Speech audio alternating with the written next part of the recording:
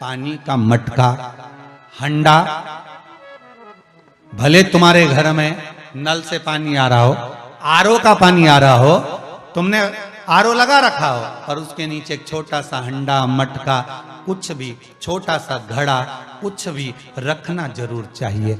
रसोई घर में भले इतना बड़ा हंडा रखो, मटका रखो, घड़ा रखो, कलश रखो, पर रखना जरूर चाहिए। क्यों? उसमें पितरों का स्थान होता है। तो घर में, रसोई घर में कभी परिवार में किचकिच नहीं होती, क्लेश नहीं होता। अगर हंडा भरा हुआ है, हंडा खाली होते होते जब सुबह के समय पर पानी थोड़ा रह जाता है, उस घर में जहां हंडा आधे से ज्यादा खाली हो जाता है, शास्त्र कहता है, भविष्य पुराण कहती है, जहां पानी का हंडा आधे से ज्यादा खाली हो गया, समझ लेना दूसरे दिन रसोई घर में क्लेश जरूर होगा, यह पक्का। इसलिए हंडे की सीमितता देखी जाती है। मटके को, हंडे को, कलश को आधे से ज्यादा भरकर रखा होना चाहिए। भले आधे तक भरा रहे, पर आधे से नीचे नहीं जाए। उस घर में अब माताएं पूछती हैं, पंडित जी हमारे घर में बहुत क्लेश है, हमारी बहू सुनती नहीं, बहू के हमारी सास नहीं सुनती। क्लेश हो कहां से रहा है? जब तुम लड़की पसंद करके आई, उसका पांव देख के आई, 25 बार फोटो देखा,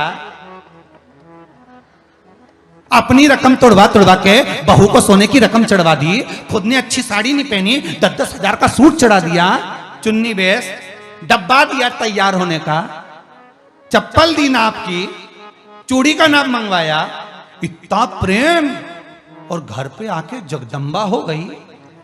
कारण क्या है? इतना क्लेश कहां से आ गया? जब तुमने पसंद करी, तुमने देखी, लड़की वालों ने यहां देखा, लड़के वालों ने वहां देखा, जब एक दूसरे को देख के सब बात हुई है, संबंध हुआ, रात भर बात चली, फिर क्या हो गया?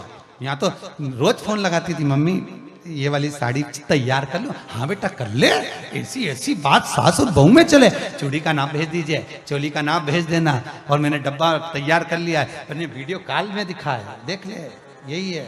चप्पल भी लिए, ये भी लिया, चोटी भी ली, गजरा भी लिया, दुनिया का सामान लिया, शादी करी ने 2-3 लाख रुपए तो गार्डन में खर्च कर दिए, ने लोगों के खूब चटाया, 2-3 लाख रुपए खाने में खर्च कर दिए, गिफ्ट भी दिया मेहमानों को। जब इतना खर्च करा, इतनी जोरदार बातचीत थी, फिर आखिर 1-2 साल में ऐसा क्या हो जाए कि ये जगदम्बा ने ये कात्यायनी हो जाए? कारण क्या है? वो कारण तो ढूंढो। अरे बोलो तो सही है कि नहीं है?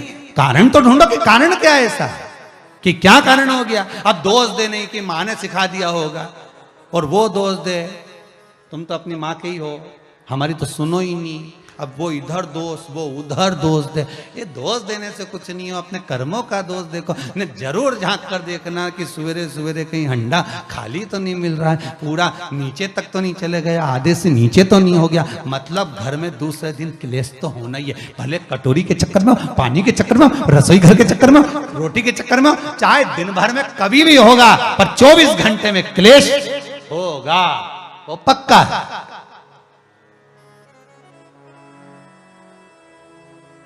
थोड़ा भरा,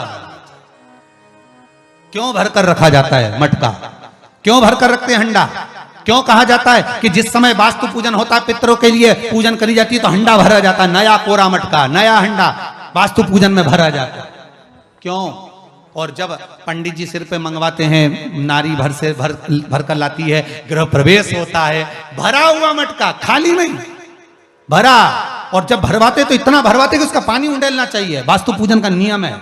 जिस समय मटके को भरकर लेके आते हैं घर के अंदर, कलश भरकर लेके आते हैं, वास्तु प्रवेश करते हैं, गृह प्रवेश करते हैं, तो मटका इतना भरा जाता है, उसका पानी बाहर ढुलना चाहिए। और जब लेकर आए तो झलकता हुआ पानी होना चाहिए। नारियल रखे, आम का पत्ता रखे तो पानी गिरता रहे। पर माताएं तो अपने फैशन में नहीं, डेंटिंग पेंटिंग कराए तो पानी गिरा तो वही नाराज हो जाए, बेचारा पंडित जी की हालत खराब कर कि तुमने इतना पानी क्यों भरा, कम नहीं भर सकता था हमारा पूरा।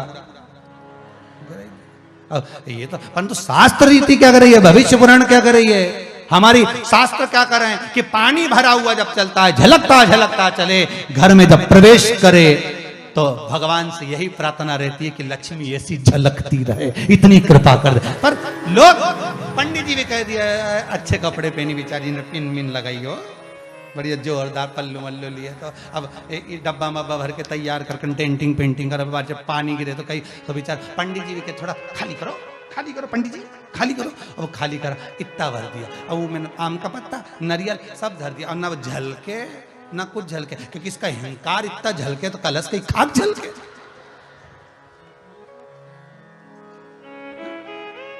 ये तो गृह प्रवेश कर रही तो अपने आप को ऐसी समझ रही कि महारा बराबर कोई नहीं बनाया ऐसी, और ऊपर से के फोटो खींचने वाला, फोटो खींचने। अभी इसका अहंकार इतना झलके तो कलश के खाक झलके। अब जो झलकना वो तो झलका ही नहीं, न झुमका झलका, और कहा मतलब का झलका है सो झलके सो।